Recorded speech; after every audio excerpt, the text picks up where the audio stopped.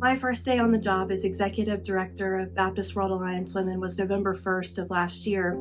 On that day, we celebrated Baptist Women's World Day of Prayer, and it was a joy to receive photos and videos from women around the world united in prayer. One of the messages that captivated me that day was from a group in Ukraine. They had joined together in prayer with gladness, gratitude, and faith. It was beautiful to see. Just months later, as tensions continued to rise on the border between Ukraine and Russia, we reached out to women's ministry leaders in both countries.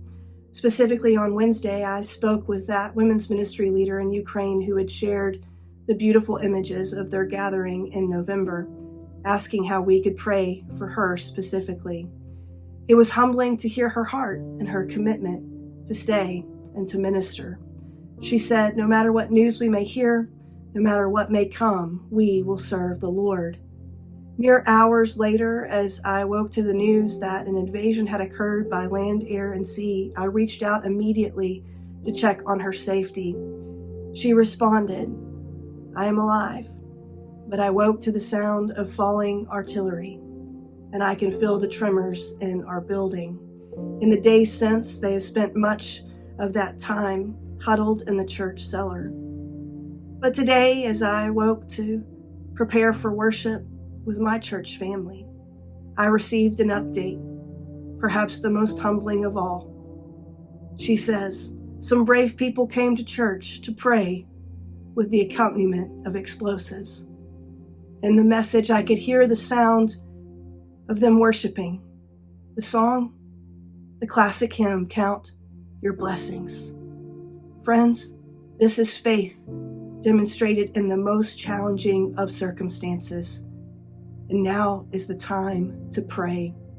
Now is the time to stand together with our sisters and brothers in need in Ukraine. Would you join me in praying? Would you pray today in your homes, in your churches, in your communities? And would you join me for a special global prayer gathering tomorrow, Monday, February 28th, at 10 a.m. Eastern Time, that's Washington, D.C. time, as we unite around the world in prayer for our brothers and sisters in Ukraine. The situation is dire. As families flee to the borders in search of safety, many are being separated as men aged 18 to 60 are not allowed to cross. Mothers have taken their children to subway stations and are huddled in mass, hoping it will provide protection at this critical time. Now is the time to pray. May we live with the same level of faith as we have seen from our sister who says no matter what may come, we will serve the Lord. Вспомни, как Он щедро наделил, удивляться будешь, что